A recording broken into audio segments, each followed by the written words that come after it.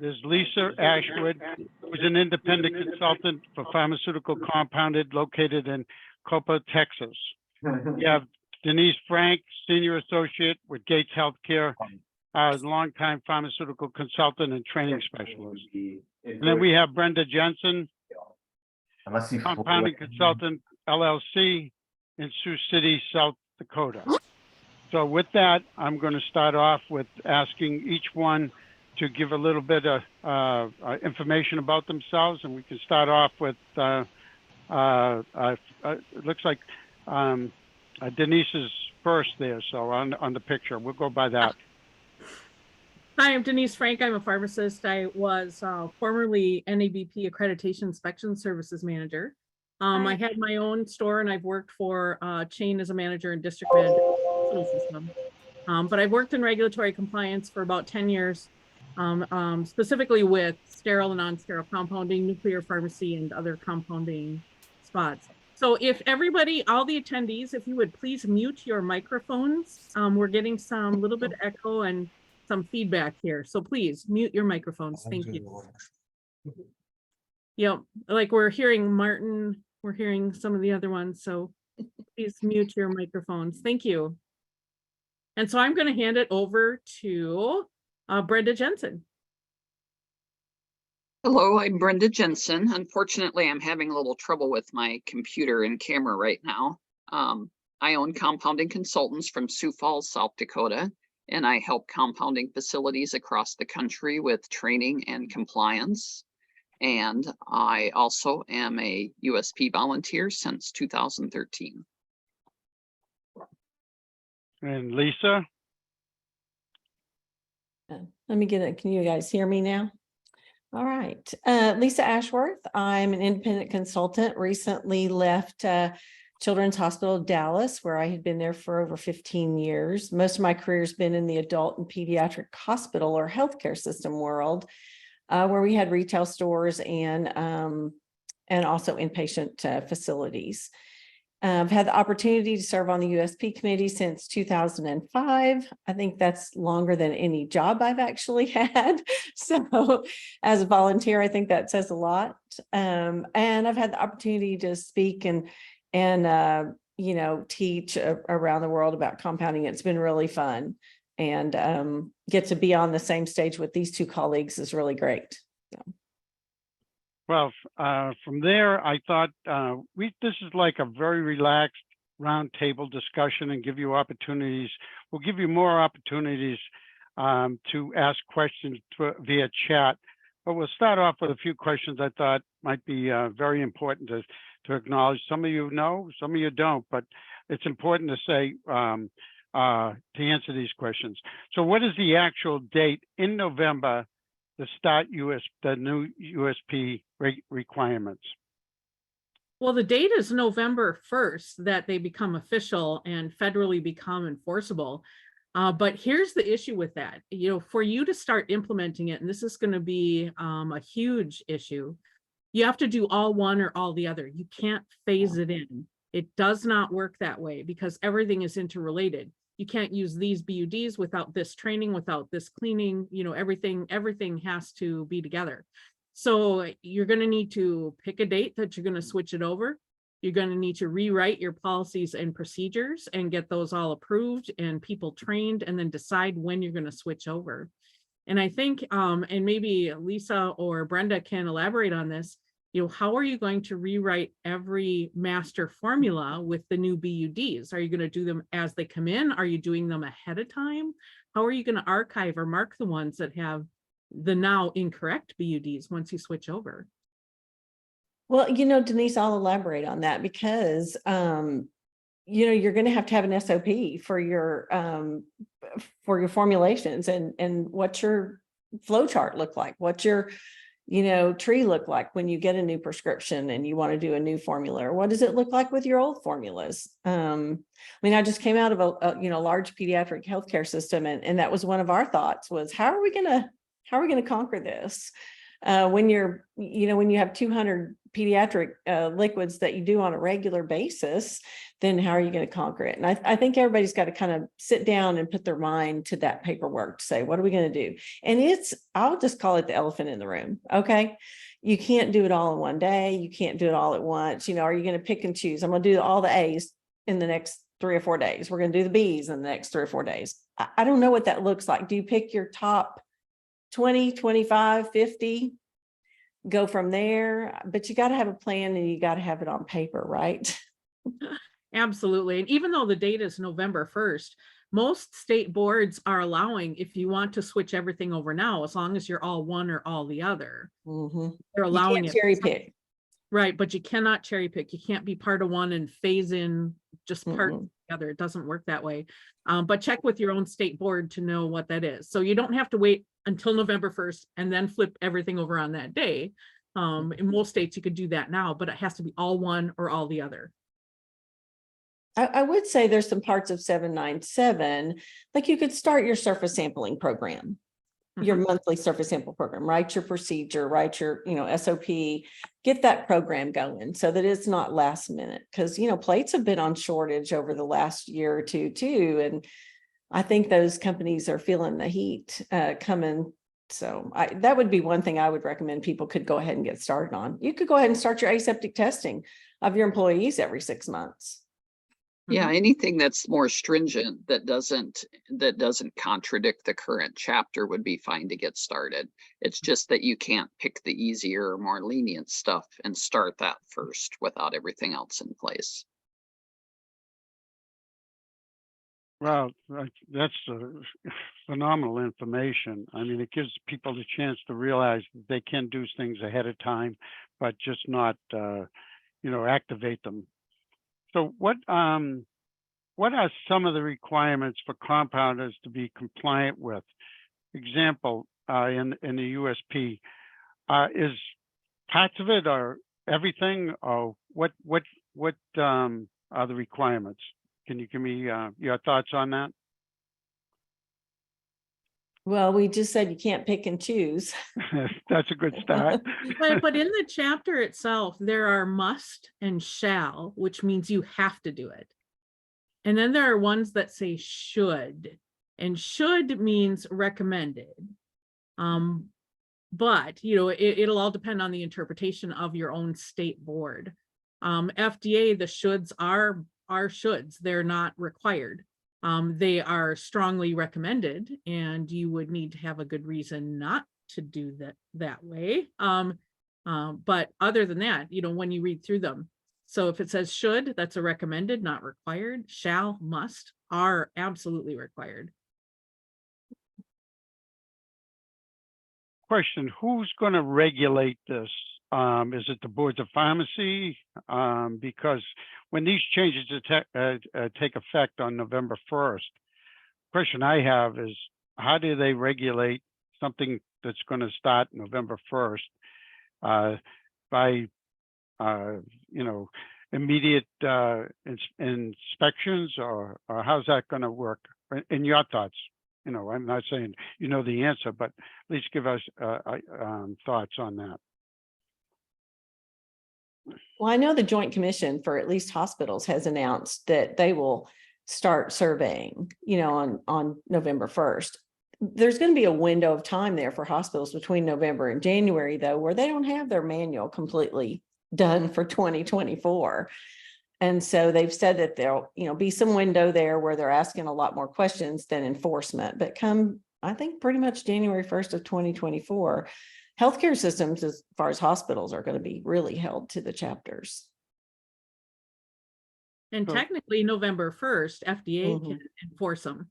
Exactly. Absolutely. And that includes 800 for compounding. Yeah. Absolutely. State boards will choose to enforce it or not, or adopt it or not. It just really depends on the state board. But federally, they're enforceable November 1st. Yeah, they are. So for members, we can start with members' questions now if you want.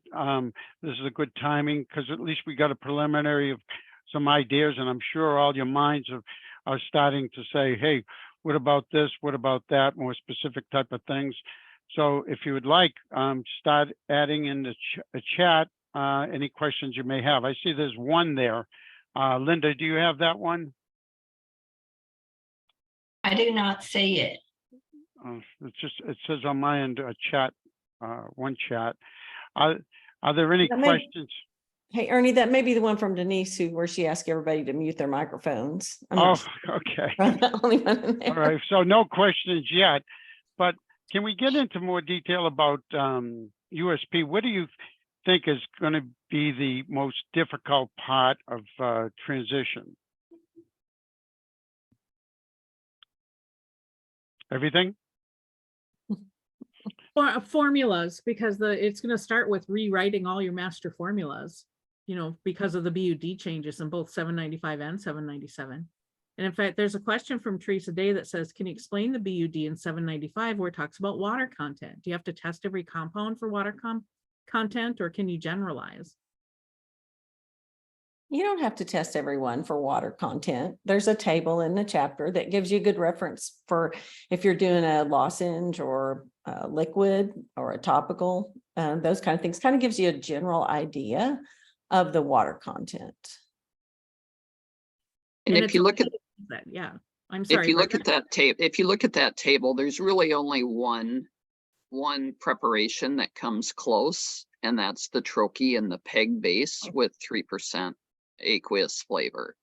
And so as long as you keep your flavor at 3% or less aqueous on those PEG troches, you're going to be fine. So in regards to all of these changes, obviously there's going to have to be a significant amount of policy changes. And that's one of the things that's going to be very difficult for the compounders to readjust their policies to fit the new requirements. Any ideas on that? Can you? Is that something they can start writing now? Did they write? You know, are they going to have it so it's ready for? It's ready for D-Day, let's say at November 1st. Well, there's a lot of SOPs to be written. I would highly recommend people went ahead and got started rather than wait till the last minute. Okay, so there's some more chats I see. I don't see the chats, so I can't read them. But Linda, do you have any? I do. So Teresa Day also added, but is it water that you add yourself in the formula, or would you say a water-based flavor? Would that count as water content? And since the water-based flavor would have a preservative in it. Well, I mean, any liquid you put in there, if it's got water in it, you're going to have to figure out how much water is kind of in that's going to be in your final formulation. If you put 1 or 2 drops, how much does that really add? Well, I think the question goes a little bit deeper here, but I'm not sure. It does. We're talking water activity here, not water content. So this is the water that's free for a reaction. And so there's going to be some water free for a reaction in some of your components. But if you're adding water, my guess would certainly be that it's likely going to be free for a reaction. So if you're doing something that's different from what that chart says, if you're taking something that would be a non-aqueous base and then you're adding a bunch of water into that formula, you know, that may put you over the edge and you may need to use those shorter BUDs. But just the water in the flavor, really the only one that comes close is that troche with 3% flavor. And it doesn't even come, you know, it's not like exactly on the border. It's a little bit under. And so that water flavor is fine as long as you don't go over that 3%. So on the next, there's some more questions. Linda, can you read? Again, I can't see them, so I can't read them. Danielle says, please summarize the all applicable tests to qualify for category 3 CSPs in USP 797? Well, that's a tough question. That's gonna depend on, that's all that stability data, the testing for the stability testing and all that too. So I'm gonna refer you to that stability resource document that's on the USP website. And if you go kind of towards the end of that document, it's gonna give you recommended tests for both sterile and non-sterile preparations to use as your guidance when you're setting up those stability studies. As far as what's directly in the chapter, you're gonna, of course, need to do sterility testing and then endotoxin testing if you're starting from non-sterile starting components. And then if it's a multiple dose container, you're gonna have to do that 51 testing. I think it might call out container closure testing in there too, but otherwise I'll direct you to that stability document. Linda McElhaney also said, I have an announcement. Mediska is doing the USP 51 on all of the stability studies that use their bases vehicles, and will be done with that testing by November 1st. And she received this information from Phil Smith.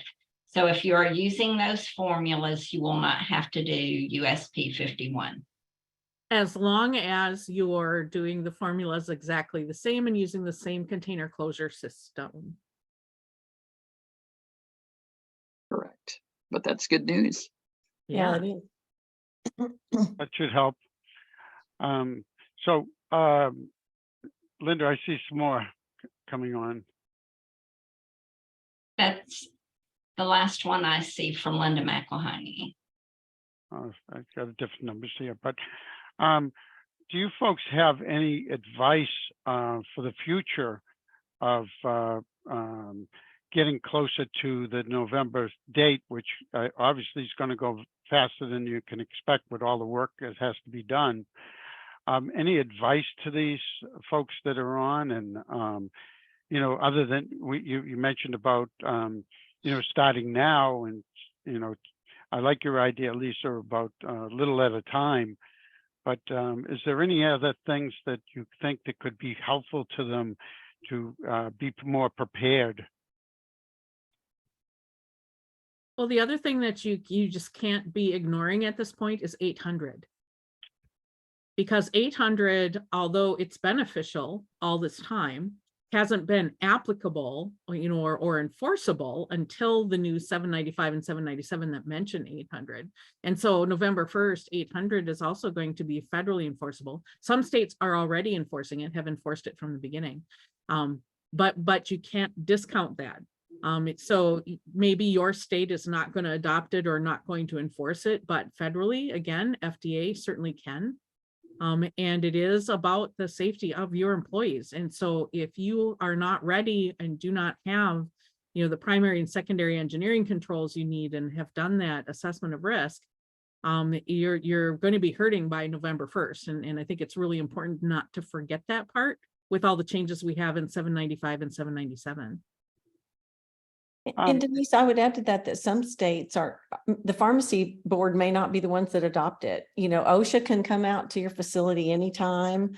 Labor boards, if they feel like there's been a violation of any kind, can come out. And that's not something we as pharmacists have been accustomed to, quite frankly. So I think that's one thing people need to be aware of, because you are supposed to be protecting your employees. There's really nothing in 800 that hasn't been required by OSHA for decades. Exactly. It's just that OSHA doesn't enforce things in pharmacies unless there's a problem. You get a pharmacist or a technician that claims they got cancer from workplace exposure. OSHA will come in and throw the book at you before November 1st, way before that. Well, I think I could say that all four of us on here, Ernie and you and I and Brenda, have all made chemotherapy back in the day when there was no protection whatsoever. Absolutely. And I know, I myself have suffered from some cancer, and is that the because of it? We don't know, but it's out there. It's been out there for a long time. And I chuckle back when I was a pharmacy technician and the first hood came into the pharmacy, and it just had glass, and the pharmacist was going to wear gloves, and it was vented into the room. And so I have to think, wow, I think we've made progress. You know? We have. You But know, it, OSHA actually references USP 800 and they've referenced it since just a few months after it got published. Oh, yeah. So it's already there. it's interesting how far we come, because when pharmacists started getting these hoods, they thought that that was going to sterilize everything and you wouldn't have to worry about anything. Just anything you did in the hood was going to work. So you're right, Lisa. You know, there was we've come a long way, but now we're being watched. So you know, it's people learned a lot, and now they're trying to use the protective issues that have to be complied with. But another question is, one of the things that we find, and I ask you folks to elaborate on it, is what about people trying to, as far as facility change, to recognize that the facility change is pretty imperative to, you know, the negative pressure type of room. And by starting too late, if you haven't done so at this point, sometimes the equipment, everything becomes, you know, much more difficult to get access to. People are busy. And now with these changes, a lot of folks have to, you know, put in negative pressure rooms, which they haven't had in the past. And equipment shortages and time to get equipment, the time to get even a high vac person, I find that's getting really difficult now. So how do you feel about that, the impact that that's going to bring? Well, waiting till last minute is never a good strategy. Yeah. But at least I think the folks should think about, you know, how, what they might have to do. And there's plenty of clean room and room designers that can, you know, help with that. But certainly plenty of consultants out there. But the matter is, I'd be very aware of some of the equipment and getting people to do the work in time. You can't wait till, you know, September or October, because, you know, these things take time. You could have to get licensures and And the room certified and Yeah, the the hood room certified. Right, exactly. Well, and depending upon what state you're in, you've got to have approval from possibly your state board of pharmacy and your permits, whether they're state or county or city or state board of pharmacy. I mean, there's a lot of questions, a lot of boxes to check when getting prepared. It all comes down to be prepared now and start working on it now and not wait till later. Everything we're talking about is, that's what, you know, my view is, but and you guys are certainly, you know, stating that. Linda, you have a couple of more questions in there. Yes. So Nancy Fingerhut asked, can you elaborate on the impact on CSP formulas that utilize stock solutions?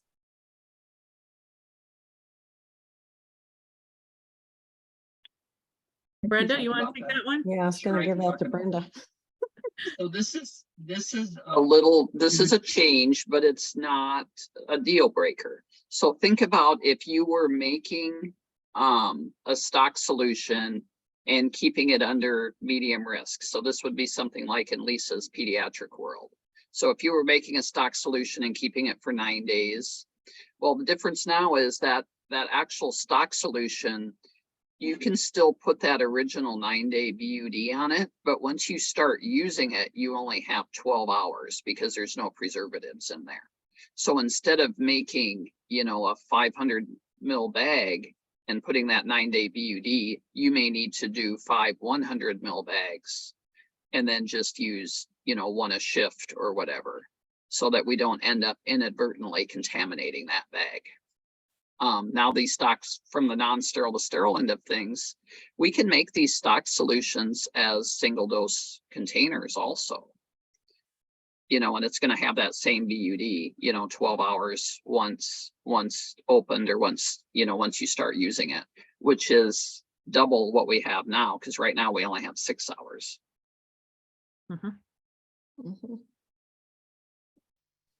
David Miller said OSHA can enforce 800 and they are scarier than our state boards or the FDA. He's got that right.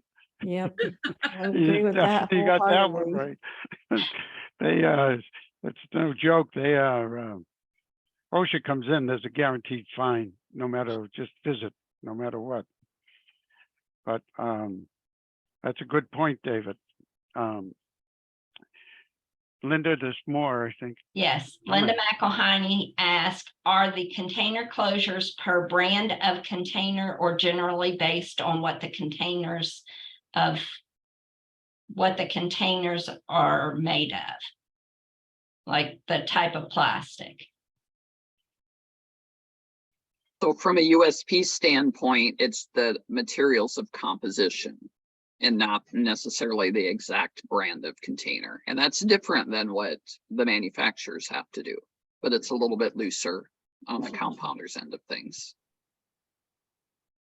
One last question in the chat right now. John Hurst says, what about states that have boards that do not adopt USP 797? For example, Texas, and no adoption of USP 800. New Jersey will be adopting and I will be following, but will this prevent a pharmacy whose state doesn't adopt from shipping into my state? Okay, there's a couple of issues with this here. So first of all, yes, it could keep you from shipping into another state. The other issue is that even if I'm in Minnesota, and if I get licensed in, to ship things to Texas, and my state doesn't require me to follow 800, really doesn't require me to follow 797. We don't have any of that stuff. And so I don't. And my non-resident license in Texas says, well, you know what? As long as you're okay with your own state and you're following all the rules of your own state, you're good with us. Okay, except that in case law, every single time, if I make something according to my laws and regulations of Minnesota, and Texas says I have to follow Minnesota law, and the patient's in Texas and something happens, case law shows that they will hold you to those regulations in Texas where that patient is. Those regulations apply, despite what it says in the Practice Act. And so and federally, of course, if FDA comes in, you need to be compliant with all of these things. But shipping into other states, you better be compliant with the most stringent law to avoid getting into trouble, no matter what, which means you need to be compliant with all of these things, whether or not your home state requires it. Well, and I would add to that, Denise, I mean, Texas, I'm in Texas and, there's about 8 They're places. actually much more stringent. Yeah. Yeah, there's about 8 places in the Texas law that are more stringent than the current USP 797 chapter. And we don't know what they're going to do either way. The board has been quite silent actually on where things are going. But to give an example is I had an out-of-state pharmacist call me and said, what's this deal about hands-free doors in the Texas law? And it's a should in the USP chapter. And I said, it is a should, but it's a must in the Texas chapter. And if you want a license in Texas or to ship into Texas, then you're going to have to go by whichever one is the most stringent. So I mean, there's other states out there, I think New Jersey, John Hurst from New Jersey, I believe, and a couple other states that are more stringent, California, than, the USP chapters. And so, yeah, you got to know where all those little innuendos is. Texas didn't go out and publish a list of what they changed from a should to a must. No, but they do require current inspections, and they do deny licenses. And one of them is pass through. You can't have a pass through from a buffer room to general areas. You can go from buffer room to anteroom or anteroom to general, but not buffer room directly out to general, which makes sense. But yeah, and they do enforce that for folks that have non-resident licenses that ship into the state. Absolutely. So, yep. But even if they didn't, case law shows that they will always side with the regulations of the state in which the patient lives or where the patient got the medication delivered to. So, yeah, you got to follow that most stringent. I'd like to change course on veterinarians. Now, how does that affect the veterinarian pharmacies, USP? There were certain veterinarians were exempt on a lot of these things now. What's the impact that USP is going to bring on veterinarian compounding? Veterinarians and veterinary pharmacy has never been exempted from USP.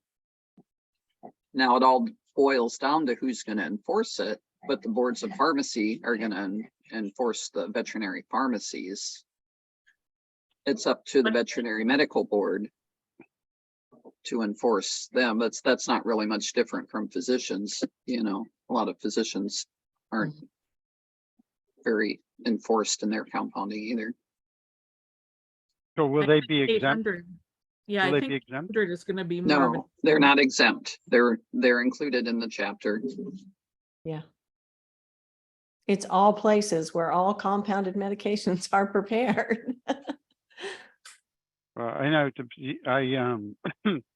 it's just, I don't know, the veterinarians in the past seem to, not follow any of the impact on compounding, but I don't say all, obviously, but, a lot of them that produce their own compounds did not respond to USP.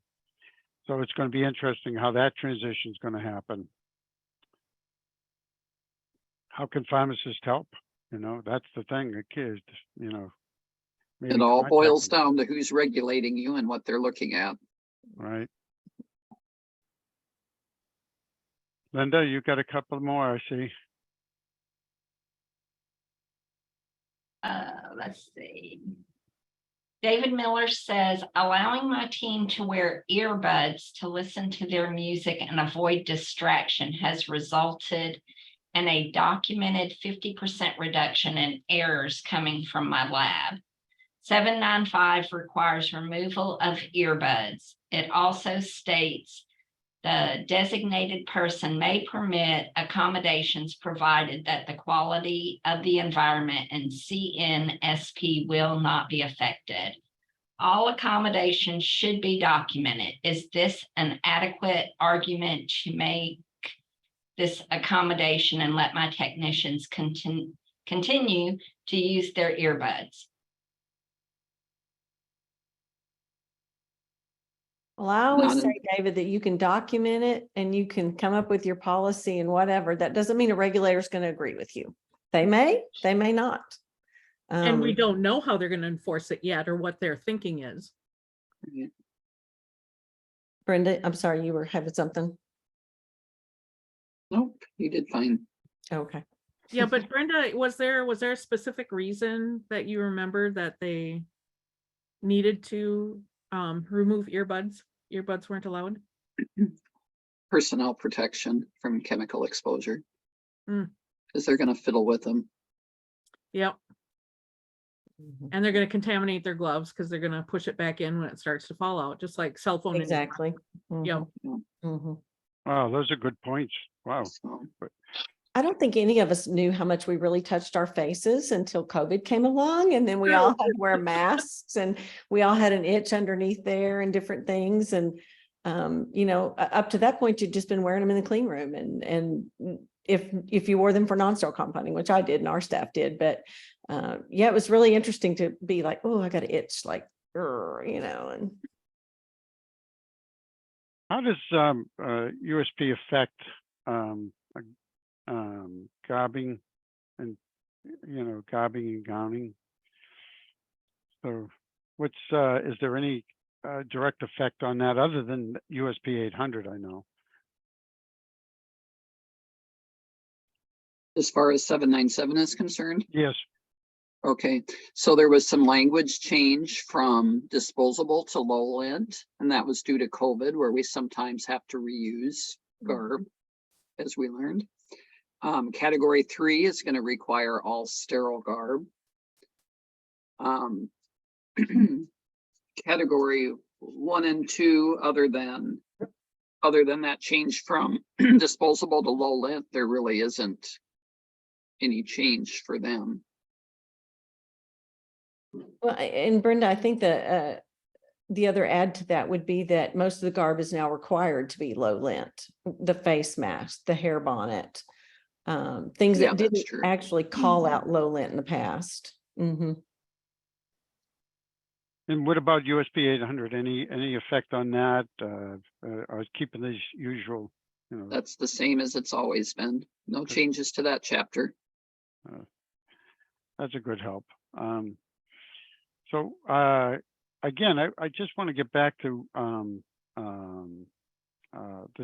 how about the do not compound list? I mean, this is it doesn't affect USP, but you know, indirectly it is part of USP if you're compounding something you shouldn't. How do you folks feel about that? Is that a trick question? I don't know. Doesn't really matter how we feel about it. It's what's being enforced. Yeah. So, okay, that's the answer. I was just looking for an answer on that one because there's a lot of questions about do not NIOSH list, that adding all these things continually and being prepared for that to make sure you keep an eye on these lists because they crop up and people don't, you know, pups the devil type of thing, you know. Well, one of the things with 800, NIOSH came out early in May with another new guidance, but not the list yet. But one of the interesting things about it is about biologics, because they're not going to be evaluating biologics. And so if you are handling biologics or doing any compounding pursuant to the guidance that allows some limited manipulations you can do with biologics, you're going to need to add them, you know, or you may need to add them to your assessment of risk, you know, and make sure that they're on your list of hazardous drugs, because they're not drugs. They're not considering them drugs. They're considering them biologics. And so that's kind of a little extra hook that we're going to need to watch for in our pharmacies that are handling them. Denise, do you have any specific recommendations on specific biologics that we know we should be handling as hazardous? No, but AHFS has a list of biologics that was more extensive, and a lot of folks have adopted that list onto their hazardous drug list instead of the original one in NIOSH. And so that would be a good place to start because they've already looked at those. I always tell people if it ends in MAB, NIB, or NAB, probably need to take a really good look at it. Well, whether or not you can even compound with it or repackage or whatever, you know, there is guidance out that allows for some limited things. So make sure that you're following the guidance. That's a kind of a tricky spot. I think the other thing that people need to realize is there are some chemicals that we use to compound with that can be hazardous to people. Maybe they're asthmatic. Say a really strong flexible colloidine, or not really strong flexible colloidine. There's only one strength, but you know, that ether can really get to people, their lungs. It can cause them to go to sleep, those kind of things. You know, do you need to be handling that in a biological safety code or as a hazardous drug, or can you just make it out on your counter? Well, if it's not listed as a hazardous, you know, by NIOSH, technically you don't. Right. But your hazardous drug list and how you handle them is up to you. Right. You can add thing onto that list that you want to add onto that list, and the way you want to handle it, and how you want to handle it, and what kind of controls you want around it. Absolutely. Some of those odor producing compounds are products like flexible collodion. Do you need a respirator? You know, that's that type of thing. And is OSHA going to say, oh, you guys got to wear a respirator for anything like that? Of course, acetone and things like that, you would have to, but flexible collodion is a good question. I don't know, but it has but if you're using a hood, you know, you're using, you know, a containment hood of some sort, you know, that would do it. But you need to, it needs to be on your list. Probably not of a containment hood of some sort, a containment hood that's vented externally or has a carbon filter, because otherwise it's just going to come back in the room. Yep, true. But it'll depend on the quantity they're handling too. Yeah. We do have another question in the chat. Is there an absolute ban on any skin exposure when compounding category 3? Our staff look like spacemen and it takes 20 minutes to guard now because they are supposed to cover every inch of skin. Yes, there is. And they likely are going to get faster as they get practice at it. But it'll depend, because if they're wearing a coverall, you know, that does take longer to don than a gown. But as far as the top part of things, you know, you can get the hoods, even, you know, the hoods separate and just pull that hood over and Mhm. I think they'll get faster as time goes on. What I do want to point out though is FDA is really hot on any part of the garbing material touching the floor. So make sure the staff is practicing donning those coveralls and even gowns without letting anything touch the floor. Yeah, and some of these gowns, you know, the ties are kind of tucked up in them, and when you go to open them up, then those strings, the ties start falling down, and it's really easy when you're a short person like me for them to hit the ground, and then you're out of luck. Yeah.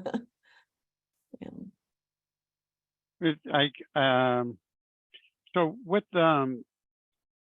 we know what's got to happen, the date and all that, but what do you folks feel that should be concentrated on first? Is there a first thing, or is it?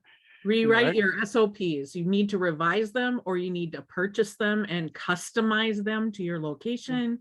But you've got to start with the SOPs. If you don't have a good set of SOPs, it's going to be tough to train and to hold people accountable to following the rules. So Yeah, and then training next, because there are a lot of specific items that need to show training and competency. And a lot of it is probably stuff you're already doing. It's just not documented. So how are you going to get that documented? Yeah. That's a good point. If you know, it's the old story. If it's not documented, it didn't happen. You know, so you know that's one thing we've learned a lot. Hospitals are used to that, but you know, pharmacies are not as used to documenting everything they do. I mean, there are, of course, there's some that do, you know, that are very well aware of that. Linda, there was another one that just came in too, so it's. Will there be any prohibition on using a sterilization company like Centis for reusable sterile attire, or will it all need to be disposable? It's perfectly acceptable to use a sterilization company to re-sterilize garb. Another thing I see is we talked about hazardous, but what about hazardous disposal? Has there been any changes on that in USP? I know OSHA is OSHA, so we know what we have to do with that. However, what about from the USP USP 800? USP 800 has not changed. Okay, and OSHA doesn't regulate disposal. That comes under EPA. And so people are going to need to look at the EPA laws, and those are federal, but they can also be different laws that are state or county or even sometimes city driven. So they need to take a close look at their area. And those EPA rules did get updated this last year, or last year. They've gone into effect this year, I think. Yeah, a couple years ago. Yeah. yeah, but a lot of states haven't caught up with it. So even though No. federally there have been some changes to the EPA regulations, you need to check with your state regulation and even county if your county has those regulations. But EPA hazardous waste is not the same as NIOSH hazardous drugs. Not all hazardous drugs are on the EPA hazardous waste list. Not everything that's hazardous waste is a hazardous drug. So you need to know what that difference is to know how to handle them. Can you speak more about EPA, Brenda? And Brenda, you know, from your point of view, EPA is sort of coming into fold now more than it used to be. But can you just elaborate, you folks, to help the compounders understand that a little bit more? Well, Not the sure I EPA document. Go ahead, Brenda. question. Go ahead. I'm not sure I understand the I was question. just going to say the EPA document's like 450 pages. Yeah. There's this- So there's who's this- going to it read covers 400? everything. Yeah. Well, their fines can put you out of business, so somebody Yeah. better be reading it. Well, And this is why though, Ernie, this is why you need to have a hazardous waste disposal vendor. Because you have to be specifically categorized. There's certain paperwork that you have to file. There's all kinds of documentation around the waste and how much. And your vendor will take care of that for you. That's not something you want to try to do on your own because it's very complicated. And with states, between state and federal, you know, it makes it really bad. A lot of states now, though, have a specific document that says pharmaceutical waste. So they take that big EPA document, pare it down to what you would see in a pharmacy. And so you look for those, when you're looking at your state regs. So that's a great thing. They could check with their vendors on how that EPA affects them, what do they do, and understand it a little bit more. One of the things you don't want to do, though, is ask your EPA hazardous waste vendor for a spill kit. Because a hazardous waste spill kit is a 55-gallon drum with enough stuff to soak up 5 gallons of gasoline. That is not appropriate for a pharmacy. And so you want hazardous drug spill kit, not hazardous waste spill kit. So does every pharmacy still have to have a hazardous kit, spill kit? For USP 800, they also need to have a spill kit to take care of non-hazardous spills.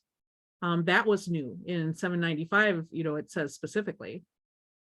So that includes having a training also with the spill kit to document that everyone has been trained that, it's a great kit over there. It looks good, but I don't know how to use it, so and Brenda, that has to be documented also, doesn't it? Of course.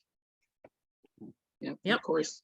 So a spill kit for 800 is required in the receiving area and in the compounding areas. So you may need multiple spill kits. Brenda, there's another one. No, not yet. Okay, so that's spill kit. How does that reflect with deliveries of these products?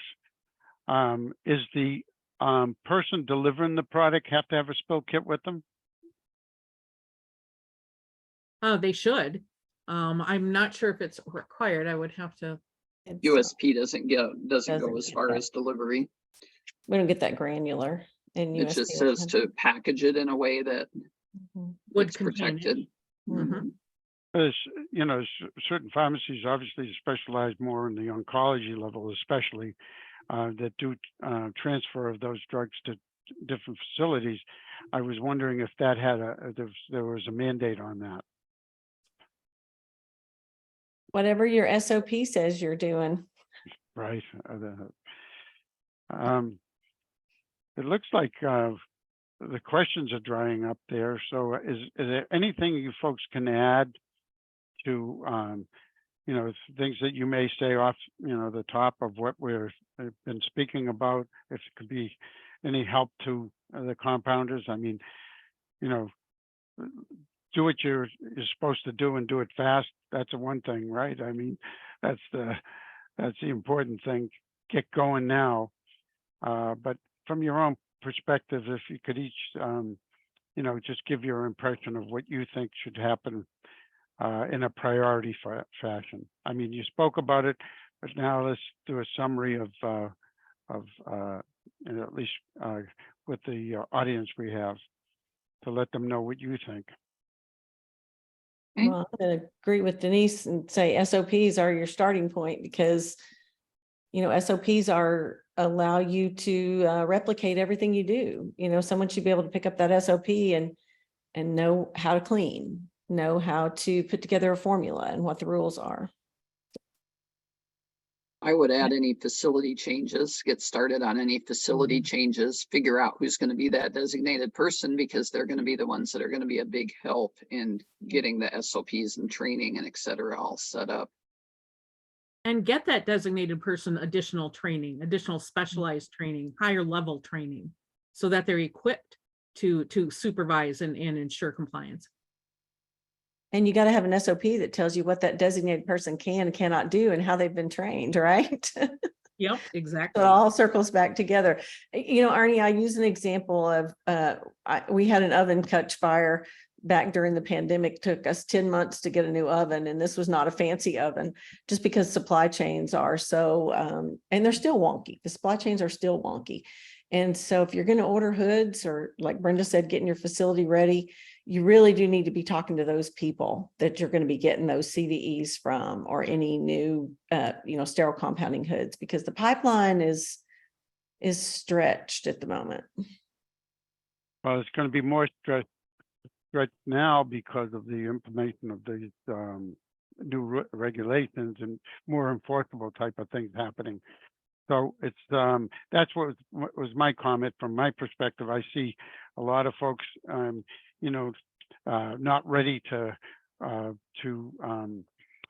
make the big change, and it's just are not ready to realize it does take a while to get equipment and get the engineers or high vac people to come in. It's just that's the way it is now.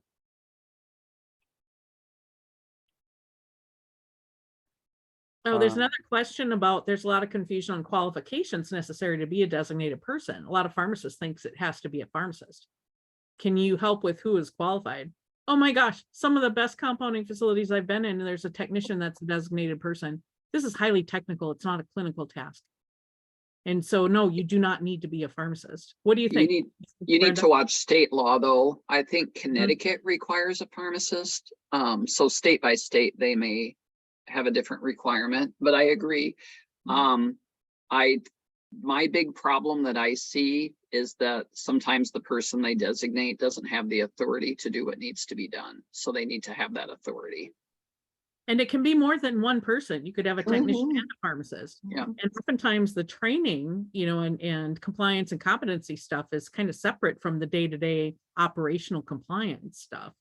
And so, you know, separating those types of duties between two people can make them both more efficient. Well, even if you just choose one chapter, pick one, 795, 797, or 800, one person can't do it all. I mean, you really do need a designated person, some other people to help train and write SOPs and all those kind of things. I did hear the other day that Tennessee is going to require it to be a pharmacist also. Wow, that's you folks have brought a lot to the table for our audience, because your experience and expertise on some of the subject matters. A lot of these are questions, you know, people are afraid to ask, but they're questions that have to be asked. And what do you do about them? And you've brought a lot of information. And I feel always privileged to have people like yourselves, that experts in the field, to be able to help the compounders. And we all trying to do it in a different way of whatever we can do to make sure compounders stay compliant and realize they have to do certain things. But you folks have given up your time, and I appreciate the time that you gave today. You know, that's all meaningful, that it's all your own personal time that you do these type of things. And I know all of you do them on a regular basis. That's the interesting part of it is, but for ACA's sake, and I want to make sure that you know that we're much appreciated for you to come on board with this and give the information that you've provided to these compounders. Great business, and the specialty of compounding is never going to go away as far as I'm concerned. It's just that we have to work with it and be ready for the changes that take place. But with people in the with the specialties of you folks, and the consultant that you can provide is unbelievable. So I thank you very much for attending this and bearing with me on some of the questions I asked. And but all good, and hope to see you folks soon. And ACA, on behalf of ACA, they appreciate this is a very large number. You folks have brought a lot of people of interest to hear what you had to say, and there's a lot more, obviously. And you can any of you are any of you willing to offer contact information for these folks if they wanted to get in touch with you in any way, whether it's for, you know, consulting or whatever. But you know, if you would like, ACA can follow up with that if you're willing to do that, and they'd be happy to send it out. Oh, from there's one real quick question that just popped up. Linda, what was that? It just says real quick. Real quick. Oh, okay. Well, whatever that means. Again, thank you guys very much. And on behalf Ernie. of ACA, we'll be speaking more about other subject matter coming up in the next month. Courtney did put her question in. It says, if you are a non-sterile pharmacy, do you have to abide by 797? And I see Brenda answered it. So, Great. So I think everyone on the list has gotten the questions they've asked, and I hope you're satisfied with the program, and look forward to seeing all of you in the next program. Thanks, Thank Ernie. you, Ernie. Thank you guys very much. Bye-bye. Thank you very much. Okay. Thanks.